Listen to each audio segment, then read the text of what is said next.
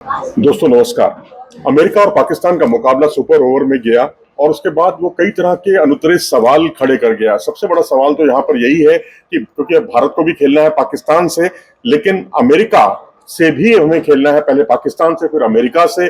और अमेरिका ने बहुत बड़ी चुनौती रख दी है अपनी जो टीम की जो संरचना है, जो उसके हिसाब से बैटिंग हो, बॉलिंग हो, आउटस्टैंडिंग फील्डिंग हो, तीनों में ऑलराउंड गेम उसने दिखाया है। तो सबसे बड़ा जो सबक हमें सीखना है वो है कि एक तो ये कि हमें अमेरिका को अंडर एस्टिमेट नहीं करना बिल्कुल भी, क्योंकि अमेरिका को अंडर एस्टिमेट करने की गलती बहुत बड़ी, मैं समझता हूँ बहुत बड़ा खमियाजा उसका भुगतना पड़ सकता है। और जिस तरह से पाकिस्तान के खिलाफ अमेरिका के खिलाड़ियों ने एक अच्छे परफेक्ट टीम वर्क का परिचय दिया, वो अपने आप में काबिले तारीफ है। नेत्रा वलकर को देखें अगर आप, सौरभ नेत्रा वलकर जो कि कूच विहार ट्रॉफी में खेले, रणजी ट्रॉफी में खेले, मुंबई के लिए खेले, और इस खिलाड़ी ने बाएं हाथ के तेज गेंदबाज के तौर पर सुपर ओवर किया। और सुपर ओवर से पहले इन्होंने जो 2 विकेट चटकाए, इन्होंने रिजवान का विकेट लिया, इफ्तिकार को आउट किया, इफ्तिकार को एक यॉर्कर लेंथ पर आउट किया, और इफ्तिकार को इन्होंने स्विंग अवे जो बाहर की तरफ जो मूवमेंट होती है उस पर आउट किया। तो एक ये खिलाड़ी है जिससे बहुत सतर्क रहने की जरूरत है, भारत को भी और अन्य टीमों को भी।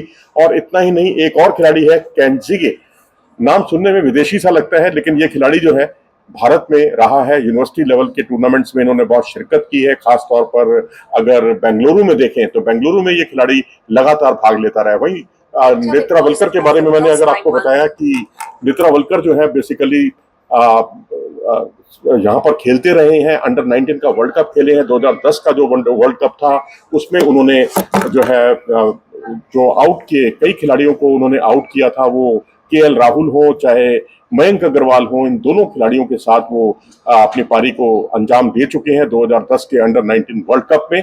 लेकिन अब यहाँ पर ये खिलाड़ी बहुत कारगर साबित हो सकता है। और दूसरी बात यह है कि कंडीशंस का सम्मान करना आना चाहिए। आप अपने हिसाब से नहीं खेल सकते। आपको, जैसे पाकिस्तान के बॉलर्स जो है विकेट के लिए गए, उन्होंने विकेट चटकाने की कोशिश की शुरू से ही, और लेंथ भूल गए कि कहां पर लेंथ डालनी है, क्योंकि अमेरिका के खिलाड़ी भी सक्षम थे इस दिशा में, लेकिन उन्होंने हार्ड लेंथ पर ज्यादा जोर दिया। जो हार्ड लेंथ का एरिया होता है उसमें आपके पास काफी वैरायटी रहती है, आप प्रयोग कर सकते हैं, और वही उनके लिए बहुत कारगर साबित हुए। लेकिन बाद में लेंथ बॉलों पर जरूर आए पाकिस्तानी खिलाड़ी, लेकिन पाकिस्तान के गेंदबाजों ने ज्यादातर शुरुआती ओवरों में जिस तरह से पहले 3 ओवर में 3 फुल टॉस गेंदें फेंकी, और जिस तरह से उनकी जो गेंदबाजी थी वो उतनी लय में दिखाई नहीं दी, क्योंकि लेंथ की थोड़ी सारी गड़बड़ी थी। वो कोशिश उनकी यही थी कि विकेट झटकने हैं, और उसी दबाव में उनकी टीम बिखर गई। इसके अलावा अनुशासित गेंदबाजी मैं समझता हूं कि बहुत जरूरी है, सही एरिया पर गेंद को हिट करना, और ये अमेरिका से बेहतर कोई नहीं जानता। ये बात बिल्कुल इस मैच से जाहिर हो गई है। और इतना ही नहीं, पाकिस्तान टीम बहुत अनुभवी टीम है, अमेरिका की टीम अल्लड़ टीम है, लेकिन उसने दिखा दिया कि अल्लड़ कुछ नाम की कोई चीज नहीं होती है। वो जिस तरह से खेली, बिल्कुल तजुर्बेकार एक अनुभवी टीम के तौर पर वो खेली है। और वहीं पाकिस्तान की टीम कई मौकों पर अल्लड़ की तरह दिखाई दी है। और अगर मोहम्मद आमिर को देखें, हालांकि सवाल ये भी उठ रहे हैं कि मोहम्मद आमिर को जो सुपर ओवर दिया जाना गलत था, लेकिन सवाल ये उठता है कि सुपर ओवर के लिए उनको ना दिया जाना वो भी न्यायोचित नहीं ठहराया जा सकता था, क्योंकि 19वां ओवर उनका बहुत शानदार गया था जहां उन्होंने केवल 6 रन खर्च किए थे, और उसके बाद सुपर ओवर दिया गया। लेकिन जब जब उनके सामने बाएं हाथ का बल्लेबाज आया, वहां वो गच्चा खा गए, क्योंकि हरमीत थे बाएं हाथ के गेंद बल्लेबाज। उनके सामने जब उन्होंने गेंदबाजी की तो उनकी गेंदें या तो वाइड गई या फुल टॉस गई। तो एक लेफ्टी बॉलर के सामने लेफ्टी बल्लेबाज जो है वो, उससे उनकी रिदम बिगड़ गई, क्योंकि दाएं हाथ के बल्लेबाज को उन्होंने अच्छी गेंदबाजी भी की थी। तो यहां भी वो थोड़ी सी चूक हो गई। इससे भी सबक लेना होगा खासकर पाकिस्तान को। और फील्डिंग उनकी बहुत आउटस्टैंडिंग है।